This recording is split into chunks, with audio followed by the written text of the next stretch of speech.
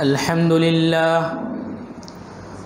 لله نحمده ونستعينه ونستغفره ونعوذ بالله من شرور أنفسنا ومن سيئات أعمالنا من يهده الله فلا مضل له ومن يضلله فلا هادي له وأشهد أن لا إله إلا الله وأشهد أن محمدًا عبده ورسوله أما بعد فإن خير الحديث كتاب الله وخير الهدي هدي محمد صلى الله عليه وسلم وشر الأمور محدثاتها وكل محدثة بدعة وكل بدعة ضلالة وكل ضلالة في النار فأعوذ بالله من الشيطان الرجيم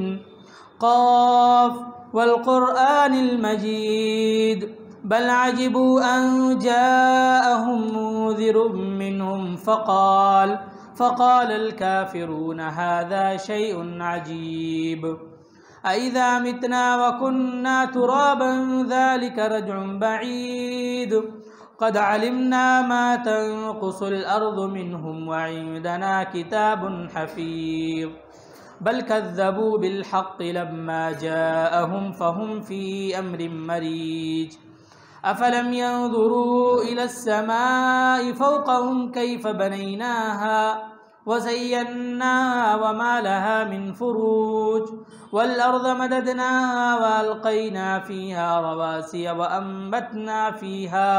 وأنبتنا فيها من كل زوج بهيج تبصرة وذكرى لكل عبد منيب ونزلنا من السماء ماء مباركا فأنبتنا به جنات وحب الحصيد والنخل باسقات لها طلع نضيد رزقا للعباد وأحيينا به بلدة ميتا كذلك الخروج كذبت قبلهم قوم نوح وأصحاب الرس وثمود وعاد وفرعون وإخوان لوط وأصحاب الأيكة وقوم تبع كل كذب الرسل فحق وعيد أفعينا بالخلق الأول بل هم في لبس من خلق جديد وقال في موضع آخر بسم الله الرحمن الرحيم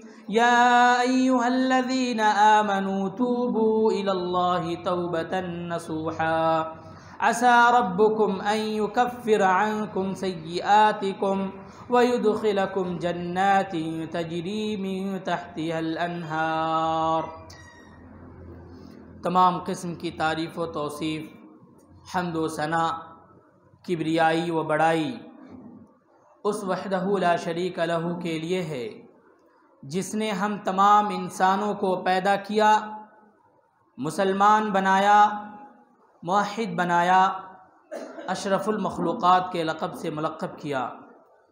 درود و سلام نازل ہو تمام انبیاء علیہ السلام پر، بالخصوص بے حد و حساب تاجدار مدینہ احمد مجتبی محمد عربی صلی اللہ علیہ وسلم پر، ان کی آل پر، ان کی ازواج پر۔ حاضرین جمعہ، ہم میں سے ہر شخص مسلمان ہے۔ ہم نے یہ بات تسلیم کر لیا ہے، ہم یہ بات مان چکے ہیں کہ اللہ رب العالمین کے علاوہ کوئی معبود نہیں۔ ہمارا ایمان ہے اس بات پر کہ اللہ رب العالمین ہی ہمارا خالق ہے، اللہ رب العالمین ہی ہمارا رازق ہے، اس دنیا کو چلانے والا اللہ رب العالمین ہی ہے۔ ہم نے یہ مان لیا ہے، ہمارا ایمان ہے اس پر۔ جب ہم یہ مان چکے کہ اللہ رب العالمین ہی ہمارا رب ہے، ہمارا مالک ہے، تو کبھی ہم نے غور کیا، کبھی ہم نے اپنے آپ سے یہ سوال کیا، کبھی پوچھا کہ اللہ رب العالمین نے ہمیں اس دنیا میں کیوں پیدا کیا ہے، کس مقصد کے تحت ہم اس دنیا میں آئے ہیں؟ اللہ رب العالمین ہم سے کیا چاہتا ہے، کیا مانگ رہا ہے ہم سے۔ اگر ہم نے اپنے آپ سے یہ سوال پوچھا اور اس کے مطابق اگر ہم زندگی گزار رہے ہیں تو ہم بڑے خوش نصیب ہیں۔ لیکن اگر ہمیں نہیں معلوم کہ ہم اس دنیا میں کیوں آئے ہیں، ہمیں نہیں معلوم کہ اللہ ہمیں اس دنیا میں کیوں بھیجا ہے، تو ہم بڑے بد نصیب ہیں۔ ہم بڑے بد نصیب ہیں کہ ہمیں اپنا مقصد نہیں معلوم۔ اللہ رب العالمین اسی سوال کا جواب سورہ زاریات کے اندر دیتا ہے، وَمَا خَلَقْتُ الْجِنَّ وَالْإِنسَ إِلَّا لِيَعْبُدُونَ۔ اللہ رب العالمین کہہ رہا ہے کہ ہم نے انسانوں کو اور جنوں کو اس دنیا میں پیدا کیا ہے صرف اور صرف اپنی عبادت کے لیے۔ ہم نے انسانوں اور جنوں کو اس دنیا میں اس لیے پیدا کیا ہے کہ وہ سارے کے سارے انسان ہماری عبادت کریں، ہماری پرستش کریں، اپنی پیشانیوں کو ہمارے سامنے جھکائے، اپنی پریشانیوں کو ہمارے سامنے رکھے۔ اللہ رب العالمین نے ہم انسانوں کو کیوں پیدا کیا؟ اپنی عبادت کے لیے پیدا کیا۔ تو ہمیں اپنا مقصد پتہ ہوا کہ ہمیں اللہ رب العالمین نے اس دنیا میں پیدا کیا ہے، بھیجا ہے کہ ہم اس کی عبادت کریں، کسی اور کی عبادت نہ کریں۔ کیا ہم انسان صرف عبادت کے لیے پیدا کیے گئے؟ نہیں، اللہ رب العالمین نے اس کو بھی وضاحت کے ساتھ بیان کر دی۔ اللہ رب العالمین نے سورہ جمعہ میں کہا فَإِذَا قُضِيَتِ الصَّلَاةُ فَانْتَشِرُوا فِي الْأَرْضِ۔ جب تم نماز ادا کر لو، یعنی جب تم اللہ کی عبادت کر لو، پھر زمین میں پھیل جاؤ کہ اپنے رزق کو تلاش کرو۔ تو اللہ رب العالمین نے ہمیں یہ بھی بتا دیا کہ ہمیں نماز پڑھنا ہے، یعنی اللہ کی عبادت کرنی ہے، اس کے بعد اپنے رزق کو تلاش کرنا ہے۔ جب ہم اللہ کی عبادت کر لیں گے، جب ہم اللہ کو خوش کر لیں گے اور اس کے بعد جب رزق تلاش کریں گے تو اللہ بھی ہمارے لیے مددگار ثابت ہوگا۔ تو ہمیں اللہ کی عبادت کرنی ہے، اس کے بعد رزق تلاش کرنا ہے۔ اچھا، عبادت کیا ہے؟ عبادت کسے کہتے ہیں؟ تو اللہ رب العالمین نے قرآن مجید کے اندر اور اللہ کے رسول صلی اللہ علیہ وسلم نے احادیث مبارکہ کے اندر واضح طور پر کھول کر بیان کر دیا کہ تمہارا یہ عمل، تمہاری یہ چیزیں عبادت میں شمار ہوں گی اور تمہارا یہ عمل عبادت میں شمار نہیں ہوگا۔ یہ واضح طور پر قرآن اور حدیث کے میں اللہ رب العالمین نے بیان کر دیا۔ تو کیسے پتہ چلے گا؟ ہم جب اسٹڈی کریں گے، ہم جب مطالعہ کریں گے، قرآن کریم کی تعلیمات کو پڑھیں گے، سنیں گے، سمجھیں گے۔ احادیث مبارکہ کے اندر اللہ کے رسول صلی اللہ علیہ وسلم نے ہمیں کس چیز کا حکم دیا ہے، ہمیں کس چیز سے منع کیا ہے، جب ہم پڑھیں گے، جب ہم سنیں گے، علماء کی مجالس میں بیٹھیں گے، تب ہمیں پتہ چلے گا کہ اصل قرآن کیا ہے، اصل حدیث کیا ہے، ہمیں کس چیز سے منع کیا گیا ہے، ہمیں کس چیز سے روکا گیا ہے، ہمیں اس وقت پتہ چلے۔ لیکن یہ سب چیز ہونے کے بعد بھی اللہ رب العالمین نے بتا دیا کہ تمام عبادات میں سب سے اہم عبادت اللہ رب العالمین نے کس عبادت کو قرار دیا؟ نماز کو۔ جتنی بھی عبادات ہو سکتی ہیں ان تمام عبادت میں سب سے اول نمبر پہ اللہ رب العالمین نے نماز کو رکھا ہے۔ ایک انسان اگر نماز ادا کرتا ہے، ایک انسان نماز کی پابندی کرتا ہے، تو سمجھ لیجئے کہ وہ مومن ہے، وہ مسلمان ہے۔ اللہ کے رسول صلی اللہ علیہ وسلم نے کہا کہ ایک مومن شخص اور ایک کافر کے درمیان فرق کرنے والی اگر کوئی چیز ہے تو وہ نماز ہے۔ ایک انسان اگر نماز ادا کرتا ہے، نماز کی پابندی کرتا ہے، تو آپ کہہ لیجئے کہ وہ مومن ہے، وہ مسلمان۔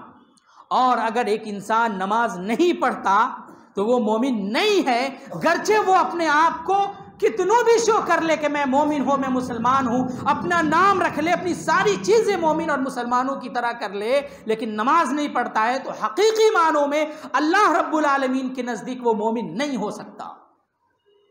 میرے بھائیوں، نماز سب سے اہم عبادت ہے۔ نماز کی پابندی کرنی ہے ہمیں، نماز کو اپنے وقت میں ادا کرنا ہے۔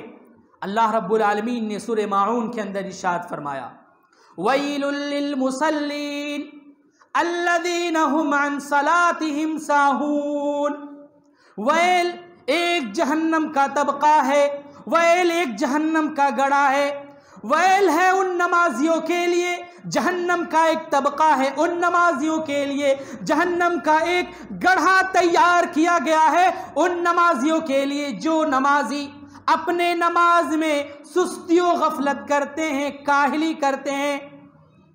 مفسرین نے سستی اور غفلت کی تفسیر کرتے ہوئے کہا ایک انسان صبح میں فجر کے وقت سویا رہتا ہے، 10 بجے اٹھتا ہے اور پھر 10 بجے اٹھ کر نماز ادا کر لیتا ہے۔ ایک آدمی عصر کے وقت مارکیٹ میں جاتا ہے، مارکیٹ میں لگا ہوا رہتا ہے، نماز کا وقت نکل گیا، وہ مغرب کی نماز میں عصر کی نماز کو ملا کر پڑھ لیتا ہے۔ ایسے نمازیوں کے لیے اللہ رب العالمین نے کہا کہ جہنم کا ایک گڑھا تیار کیا گیا ہے۔ لیکن جو انسان نماز بالکلیہ بھی نہیں پڑھتا تو ہم اپنا اندازہ لگا سکتے ہیں کہ اللہ رب العالمین اس کے ساتھ کیا حشر کرنے والا ہے۔ ایک انسان نماز نہیں پڑھتا، روزہ رکھتا ہے، نماز نہیں پڑھتا، زکوٰۃ دیتا ہے، نماز نہیں پڑھتا، لوگوں کے ساتھ معاملات بھی اچھا رکھتا ہے۔ ایک انسان نماز نہیں پڑھتا، صدقات و خیرات بھی کرتا ہے۔ یاد رکھیے کل قیامت کے دن جب ہم اللہ رب العالمین کے پاس جائیں گے، ہمارے نام اعمال میں اگر نماز نہیں ہوگی تو پھر اللہ رب العالمین ہمارے سارے اعمال کو لے کر ہمارے منہ پہ مار دے گا اور پھر ہمیں جہنم کے اندر داخل کر دے گا۔ میرے بھائیوں، غور کیجئے کہ نماز کا کتنا بڑا مقام ہے۔ آپ اگر نماز نہیں پڑھتے اپنی پوری زندگی اللہ کی عبادت میں لگا دیجئے، لیکن اگر صرف اور صرف آپ نماز نہیں پڑھتے تو پھر وہ ساری عبادات رائگاں چلی جائیں گی، برباد ہو جائیں گی، اللہ رب العالمین ہمارے منہ پہ مار دے گا اور پھر ہمیں جہنم کے اندر داخل کر دے گا۔ اس آیت میں دیکھیے سورہ ماعون کی آیت میں کہ ایک انسان نماز میں صرف سستی کرتا ہے، نماز کو اپنے وقت میں ادا نہیں کرتا، فجر کی نماز فجر کے وقت میں نہیں پڑھتا، ظہر کی نماز ظہر کے وقت میں نہیں پڑھتا، عصر کی نماز عصر کے وقت میں نہیں پڑھتا، ایسے نمازیوں کے لیے اللہ رب العالمین نے جہنم تیار کر دیا ہے۔ اور جو بالکل نماز نہیں پڑھتے، آپ فیصلہ کر سکتے ہیں کہ اللہ ان کے ساتھ کیا کرے گا۔ اسی لیے میرے بھائیوں، نماز کی پابندی کیجیے، نماز کی پابندی کیجیے۔ آپ نماز پڑھیں گے تب جا کر کے اللہ رب العالمین ہماری زندگی میں سکون دے گا، اطمینان دے گا۔ آج کون انسان ہے جو پریشان نہیں ہے میرے بھائیوں؟ ہر انسان پریشان حال ہے، کسی نہ کسی اعتبار سے پریشان ہے۔ وہ کسی کو کاروباری مسائل درپیش ہیں، کسی کو گھریلو مسائل پریشان کیے ہوا ہے، کسی کو اپنے جسمانی بیماری میں وہ مبتلا ہے۔ ہر انسان پریشان حال ہے اور ہر انسان چاہتا ہے کہ ان پریشانیوں سے وہ نکل جائے۔ تو صرف خواہش کر لینے سے، چاہ لینے سے کیا وہ پریشانیاں دور ہو جائیں گی؟ نہیں میرے بھائیوں، ہم نے یہ تسلیم کر لیا ہے، ہمارا ایمان ہے کہ اللہ رب العالمین کی ذات ہی ایسی ذات ہے جو ہماری پریشانیوں کو دور کر سکتا ہے۔ تو پھر میرے بھائیوں، اللہ کے سامنے آئیے، اللہ کے سامنے اپنی پریشانیوں کو رکھیے، اللہ کے سامنے روئیے، گڑ گڑائیے، اللہ ہماری پریشانیوں کو سنے گا، ہماری پریشانیوں کو دور کرے گا۔ آپ جب تک روئیں گے نہیں، جب تک اللہ سے مانگیں گے نہیں، جب تک اللہ کے سامنے آئیں گے نہیں، اپنی پیشانی کو جھکائیں گے نہیں، اس وقت تک اللہ رب العالمین بھی آپ کو یوں ہی دنیا میں چھوڑ دے گا، آپ کے طرف توجہ نہیں کرے گا۔ ظاہر سی بات ہے، اللہ نے ہمیں اس دنیا میں بھیج دیا، یہ جسامت اور قدامت دی، اللہ رب العالمین نے دماغ دیا، سوچنے سمجھنے کی صلاحیت دی، اس سے بڑھ کر اور کیا چیز دے گا؟ پھر آپ اللہ کو بھلا بیٹھے، اور جب اللہ کو آپ بھلا بیٹھیں گے تو اللہ بھی آپ کو بھلا دے گا۔ اللہ قرآن کریم میں کہتا ہے کہ تم نے کل قیامت کے دن جب ہم انسان اللہ کے سامنے جائیں گے تو اللہ رب العالمین ہمیں اندھا بنا کر اٹھائے گا۔ جب ہم اللہ سے پوچھیں گے اللہ ہمیں اندھا تو نے کیوں بنایا، ہم تو دنیا میں دیکھنے والے انسان تھے، تو اللہ رب العالمین کہے گا کہ تم نے ہمیں دنیا میں بھلا دیا تھا، ہمارے آیات ہمارے احکام پہ عمل نہیں کیا تھا، آج ہم بھی تمہیں اسی طرح بھلا دیں گے۔ میرے بھائیوں، ہمیں اللہ کو یاد کرتے ہوئے زندگی گزارنا ہے۔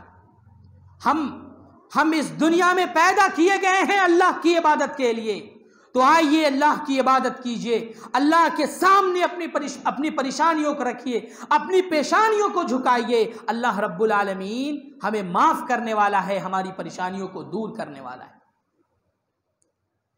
میرے بھائیوں، ذرا غور کیجئے، اس دنیا میں کون انسان ہے جو گنہگار نہیں؟ ہر انسان گنہگار ہے، ہر انسان سے گناہ ہوتا ہے، قدم قدم پہ اس سے گناہ ہوتا ہے، ہر انسان گنہگار ہے۔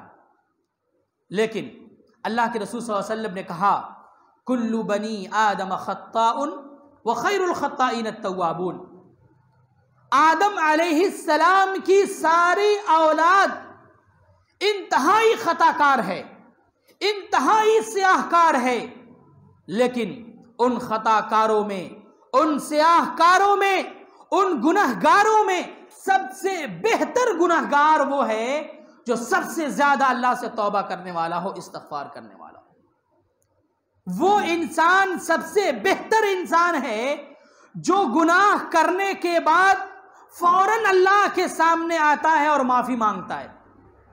اور ایک انسان جب گناہ کرتا ہے، ایک انسان جب غلطی کرتا ہے تو اسے اس کا ضمیر کہتا ہے کہ تم غلطی کر رہے ہو۔ ہر انسان کو احساس ہو جاتا ہے کہ تم جو عمل کر رہے ہو غلط کر رہے ہو۔ جب احساس ہو جاتا ہے تو بہتر مسلمان وہ ہے جو احساس ہونے کے بعد فوراً اللہ کے سامنے آتا ہے، اگلی نماز میں حاضر ہوتا ہے، اللہ سے معافی مانگ لیتا ہے۔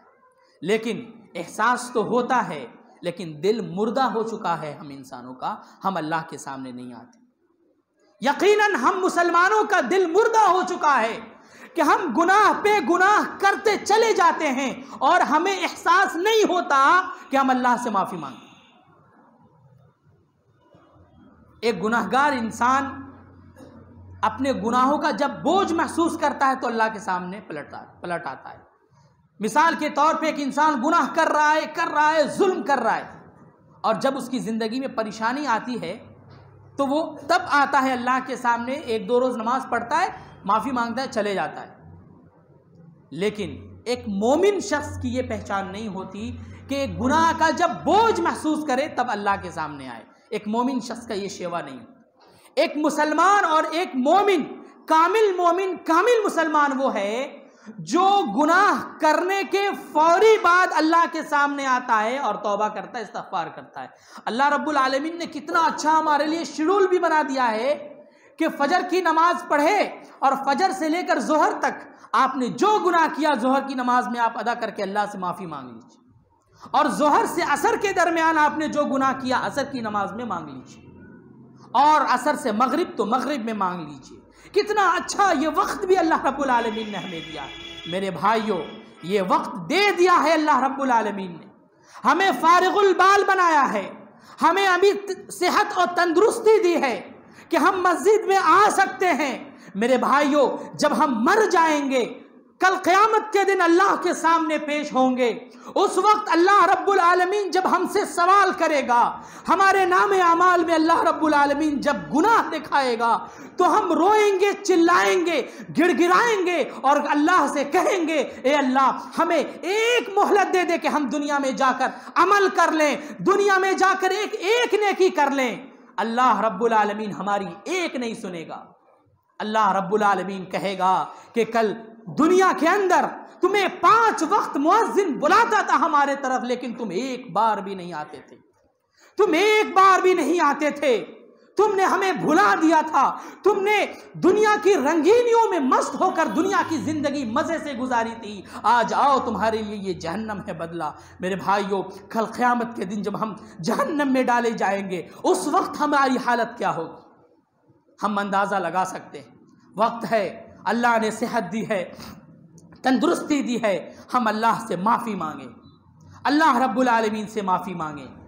ایک مومن شخص اپنے گناہوں کو یوں محسوس کرتا ہے جیسے کسی پہاڑ کے نیچے بیٹھا ہوا ہو، اور اس مومن شخص کو یہ اندازہ ہو کہ یہ پہاڑ ابھی گرے اور ہم اس میں دب کر ہلاک ہو جائیں۔ ایک مومن شخص اپنے گناہوں کو اتنا بڑا محسوس کرتا ہے، اور ایک کافر، ایک فاجر اپنے گناہوں کو اتنا ہلکا محسوس کرتا ہے کہ جیسے ایک مکھی اڑتے اڑتے آ کر اس کے ناک پر بیٹھے، ہاتھ کا اشارہ دے اور مکھی اڑ کر چلی جائے، اتنا ہلکا محسوس کرتا ہے۔ آج ہم مسلمانوں کی حالت یہ ہے کہ ہم دن اور رات میں طرح طرح کی گناہ کرتے ہیں، متعدد گناہ کرتے ہیں، کتنے لوگوں پہ ظلم کرتے ہیں، کتنی جھوٹ بولتے ہیں، کتنی خطرناک گناہیں بھی کرتے ہیں، ایسی گناہیں کہ جب ہم خود اپنے بارے میں سوچتے ہیں کہ ہم نے فلاں گناہ کیا تھا تو ہمیں خود شرم محسوس ہوتی ہے کہ ہم اللہ کے سامنے کیا جواب دیں گے۔ اتنا ہونے کے باوجود ہمارا دل اتنا مردہ ہو گیا ہے کہ ہم اللہ سے معافی نہیں مانگتے۔ میرے بھائیوں، آئیے اللہ کے سامنے، سر جھکائیے اللہ کے سامنے، معافی مانگیے اللہ کے سامنے، اللہ آپ کی معافی کو قبول کرنے والا ہے۔ میرے بھائیوں، ذرا غور کیجئے کہ اللہ رب العالمین ہر رات میں آسمان دنیا پر آتا ہے، عرش کرسی سے چل کر آخری آسمان پر آتا ہے، فجر سے پہلے کا وقت ہوتا ہے، اللہ رب العالمین دنیا میں جھانک کر پکار کر کہتا ہے میرا کوئی بندہ جو مجھ سے اپنی پریشانیوں کو رکھے، میں اس کی پریشانیوں کو دور کر دوں۔ اللہ جھانک کر کہتا ہے میرا کوئی بندہ جو اپنی مغفرت چاہتا ہو، ہم اسے بخشنے والے ہیں۔ ہے میرا کوئی بندہ جو اپنی پریشانیوں کو ہمارے سامنے رکھے، ہم ان کی پریشانی کو دور کریں گے۔ ذرا غور کیجئے میرے بھائیوں، جبکہ پوری دنیا سوئی ہوئی ہوتی ہے فجر سے پہلے، اس وقت آپ جب اٹھتے ہیں، 2 رکعت نماز پڑھتے ہیں، اللہ کے سامنے ہاتھ اٹھاتے ہیں، اللہ دیکھ رہا ہوتا ہے، آپ کی نگاہیں اللہ کی طرف ہوتی ہے۔ میرے بھائیوں، ایسے وقت میں جب آپ اللہ کے سامنے اپنی پریشانیوں کو رکھیے گا کہ اے اللہ ہمیں کل یہ پریشانی ہو گئی، ہمارے پاس مال نہیں ہے، اے اللہ ہمیں جاب نہیں ہے، اے اللہ ہمارے ساتھ یہ پریشانیاں ہیں، کیا اللہ رب العالمین ہماری پریشانی کو نہیں سنے گا؟ ارے اللہ ہماری پریشانیوں کو سننے کے لیے عرش کرسی سے چل کر آسمان دنیا پر آتا ہے، اور ہمیں احساس نہیں ہوتا، ہم سوئے ہوئے رہتے ہیں، پوری دنیا سوئی ہوئی رہتی ہے۔ ایسے وقت میں جب آپ اللہ کے سامنے ہاتھ اٹھائیں گے، میرے بھائیوں مانگ کر دیکھیے، اگر آپ کی زندگی میں پریشانی تو ہے ہی، پل پل پریشانیاں ہیں، آپ مانگیے اللہ سے، دیکھیے اللہ دیتا ہے یا نہیں۔ آپ کر کے دیکھیے، اللہ کہتا ہے کہ میرا بندہ تم 1 قدم بڑھو، ہم 10 قدم بڑھیں گے۔ ہم 1 قدم بڑھنے کے لیے تیار نہیں، ہم اللہ سے مانگنے کے لیے تیار نہیں، تو اللہ کہاں سے دے گا؟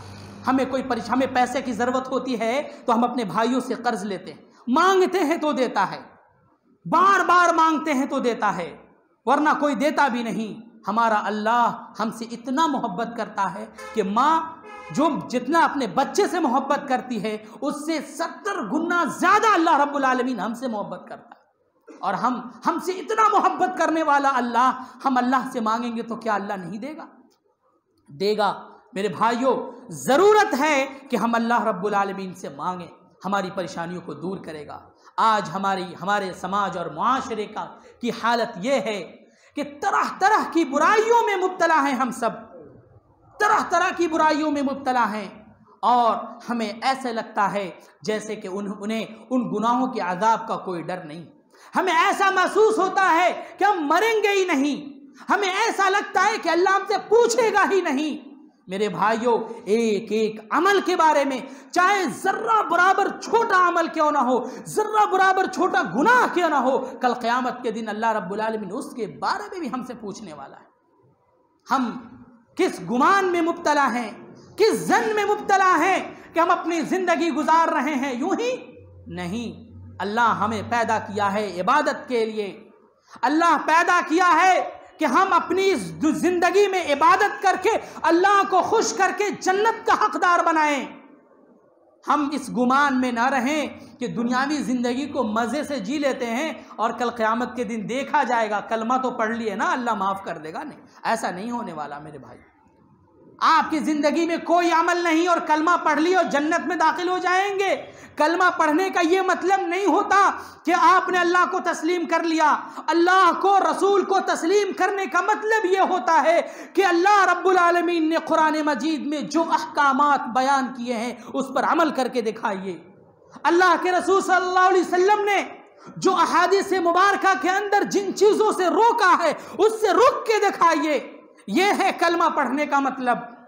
اگر آپ کلمہ اس طرح سے پڑھتے ہیں یعنی عمل کے ساتھ زندگی گزارتے ہیں اور عمل کے ساتھ زندگی گزارنے میں اگر چھوٹی موٹی غلطی ہوئی تو اللہ معاف کرے گا.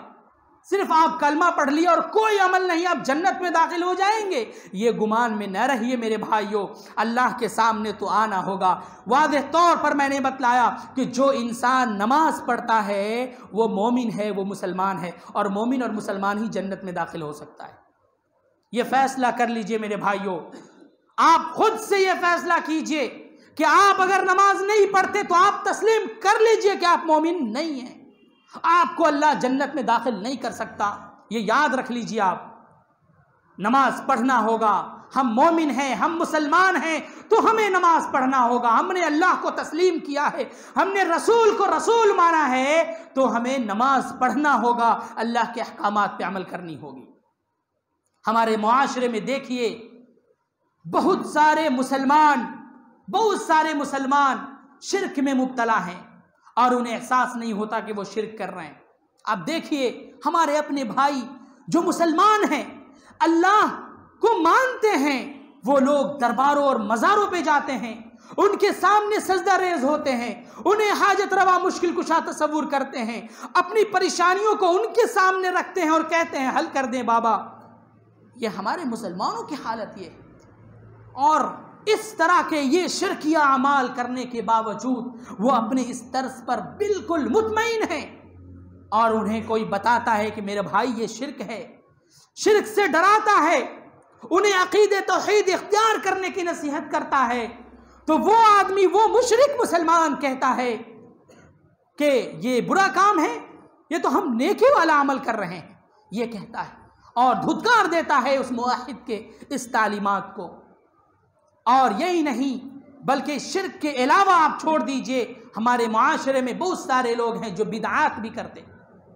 شرک جو واضح طور پر شرک ہے وہ ہے، لیکن دین میں بہت ساری نئی چیزیں ایجاد ہو گئیں. آپ دیکھیے ابھی پچھلے مہینے جو ربیع الاول کا مہینہ گزرا اس میں جو بدعت آئی نبی کریم صلی اللہ علیہ وسلم کے جشن عید میلاد کا، اس طرح کی بہت ساری بدعات ہمارے سماج میں ہیں جو آج مسلمان اس میں بری طرح پھنسے ہوئے ہیں اور اسے عمل جو کرتے ہیں وہ عمل یہ تصور کر کے کہ اللہ ثواب دے گا، ہمارے نام اعمال میں اللہ ثواب لکھے گا. میرے بھائیوں کل قیامت کے دن اللہ کے رسول صلی اللہ علیہ وسلم حوض کوثر پر ہوں گے، اپنے امتی کو حوض کوثر پلا رہے ہوں گے. ایسے میں آپ صلی اللہ علیہ وسلم کی نظریں چند ایسے لوگوں پہ پڑے گی جن کو فرشتے دھکے مار مار کر پیچھے ہٹا رہے ہوں گے. اللہ کے نبی کی نظر پڑے گی، اللہ کے نبی کہیں گے ارے اے فرشتوں یہ تو میرے امتی کے لوگ ہیں، انہیں کیوں مارا جا رہا ہے، انہیں پیچھے کیوں ہٹایا جا رہا ہے؟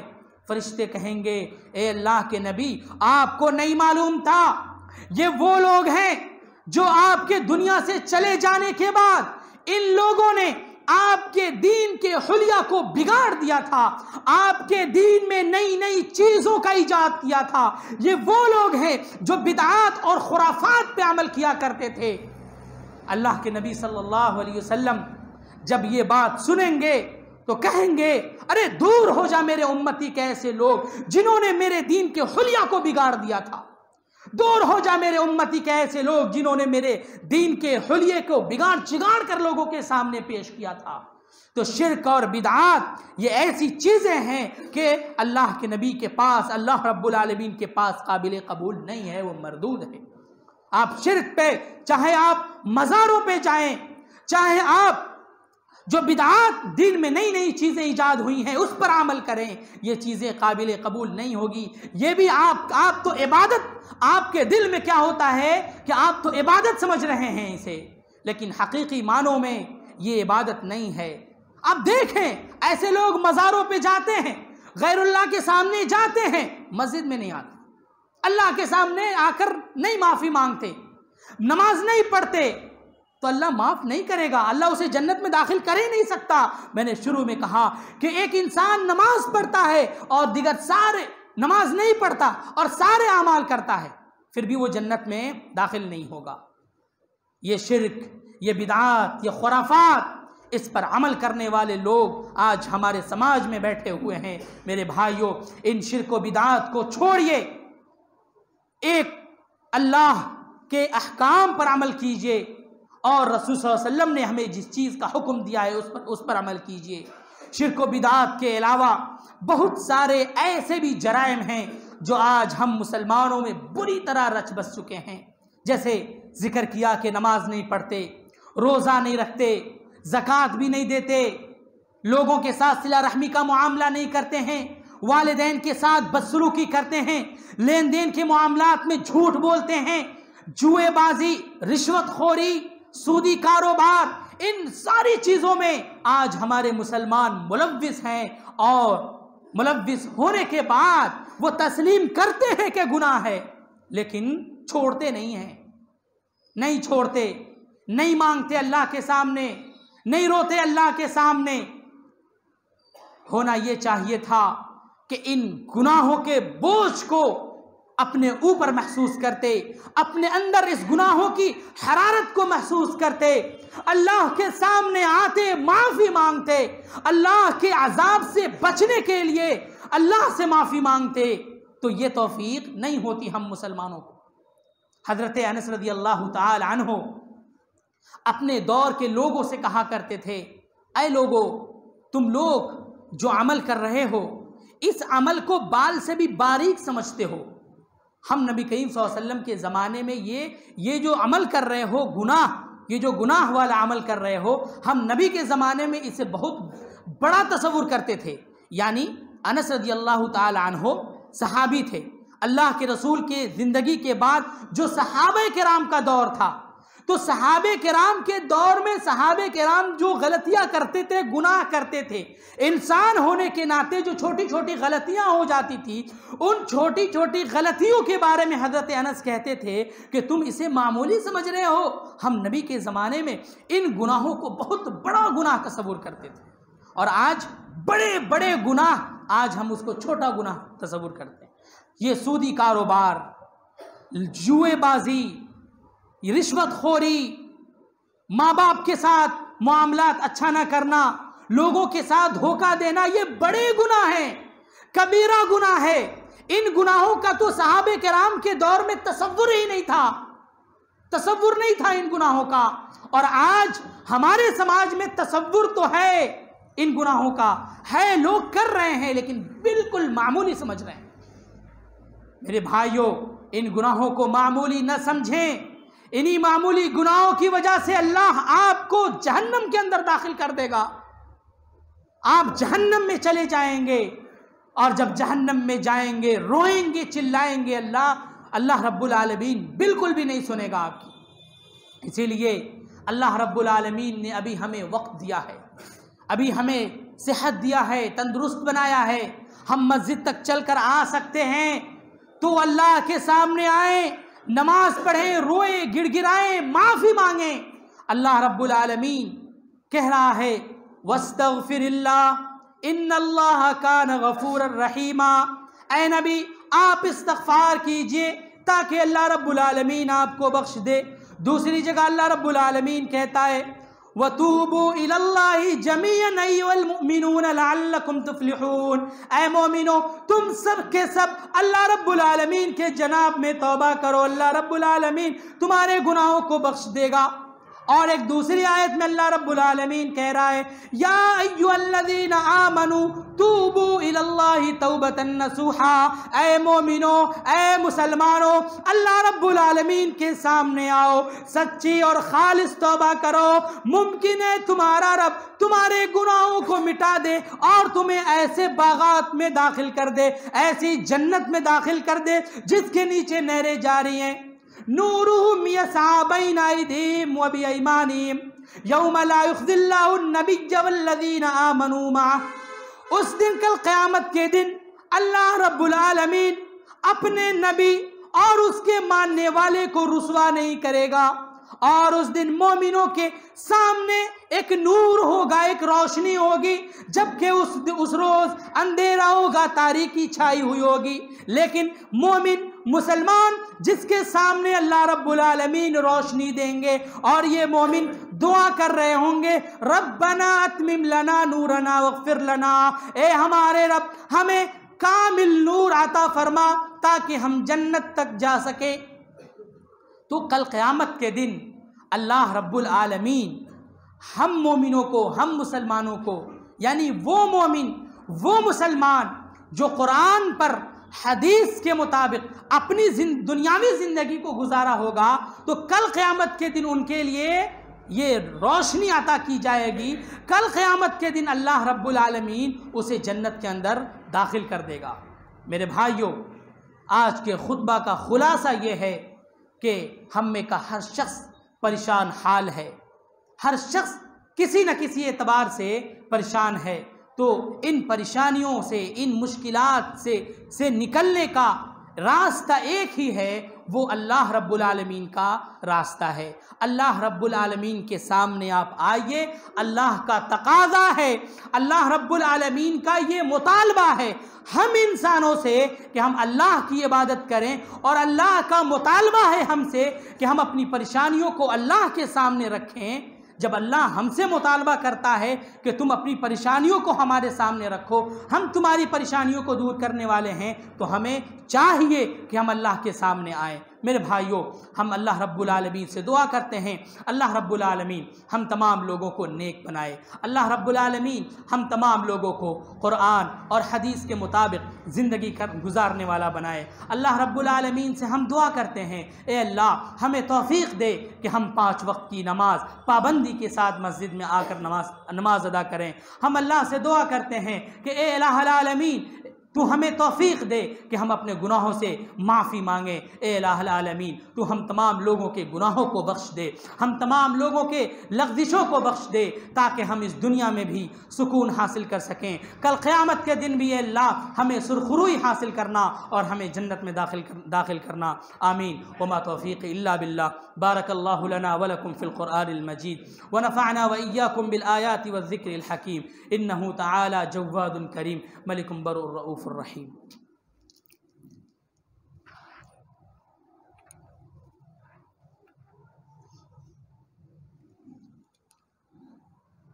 الحمد للہ نحمده ونستعینه ونستغفره ونعوذ باللہ من شرور انفسنا ومن سیئات اعمالنا، من يهده الله فلا مضل له ومن يضلله فلا هادي له، واشهد ان لا اله الا الله واشهد ان محمدا عبده ورسوله، اما بعد فإن خير الحديث كتاب الله، وخير الهدي هدي محمد صلى الله عليه وسلم، وشر الأمور محدثاتها، وكل محدثة بدعة، وكل بدعة ضلالة، وكل ضلالة في النار۔ اللهم صل على محمد وعلى آل محمد كما صليت على إبراهيم وعلى آل إبراهيم إنك حميد مجيد۔ اللهم بارك على محمد وعلى آل محمد كما باركت على إبراهيم وعلى آل إبراهيم إنك حميد مجيد۔